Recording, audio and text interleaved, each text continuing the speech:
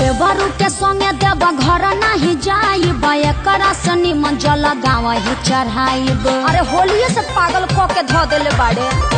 देवरू के संगे देव घर नहीं जाई बयकरा सनी मंजल गाँव ही चढ़ाईब।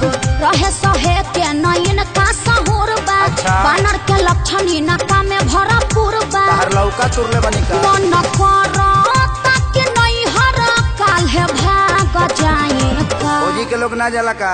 ए अंकल कहीं सावन में रहा तारा सन का। हाँ? भतीजवा के माई जाई का पूछो सदेवा घर जाई का। भतीजवा के मौसी जाई का पूछो सजलवा चढ़ाई का। भतीजा तो रमाइयो जाई का तोरे मौसियो जाई का। भतीजा तोर माईयो जाई का तोर मौसियो जाई का। अरे गाँव से गाड़ी जाते बड़ी साबुक कराई का। भतीजा तो रमाइयो जाई का तोरे मौसियो जाई का। भतीजा तोर माईयो जाई का तोर मौसियो जाई का।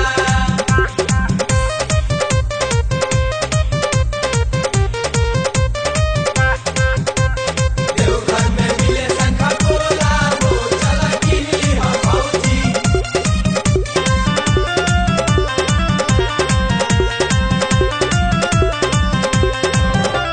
मनवा के साध तोहर पूरा नहीं होई सुनतानी बाबा धाम जाई नहीं कोई। अरे सभे जाता भौजी नोट फोर चिंता जाए के तो सभे के बाबा लगे जाई सुनो का दूरी तो के नटे न भौजी। बोल बम मुहावा में मास्क तू लगाईली हा सुनो सेनी का टाइजर भी छोरा में ले में भौजी। तहर कहाला से गवर्नमेंट बोल मान जाई का। करनवा के माई मुर्दाबाद मुर्दाबाद मुर्दाबाद। गाला फाड़े लगल लोग। फट जाए दी भतीजा तो रमाइयो जाई का तोरे मौसियो जाई का। भतीजा तोर माईयो जाई का तोर मौसियो जाई का।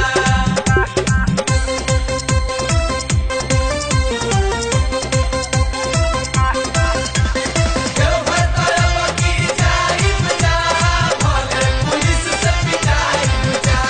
लागे अखिलेश हो मराइल तहर मती रहिया में पुलिस कई दी दुर्गति। अरे कुटा जइबे कस्य तू जुड़ा दी बुनु। केहू में हरा रूलो पर हाथ ना उठावे सुना। हाँ एही से लेके तोहके जाए भौजी। बोल बम हर साल बाबा लगे हाजिरी लगवल बानी असु भी जलवा चढ़ाए भौजी।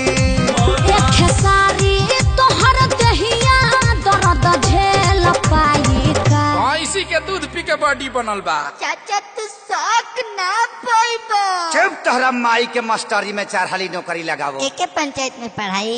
हाँ रे भतीजावा उड़ के आवे रे भतीजावा भतीजा तो रमाइयो जिंदाबाद। के में घुसपा कहां पे आ। चाचा नया गावा। भतीजा तो रमाइयो जाई का तोरे मौसियो जाई का। ओहो तोर माईयो जाई का जा आदित्य से लाचार बाड़ो। जाई का।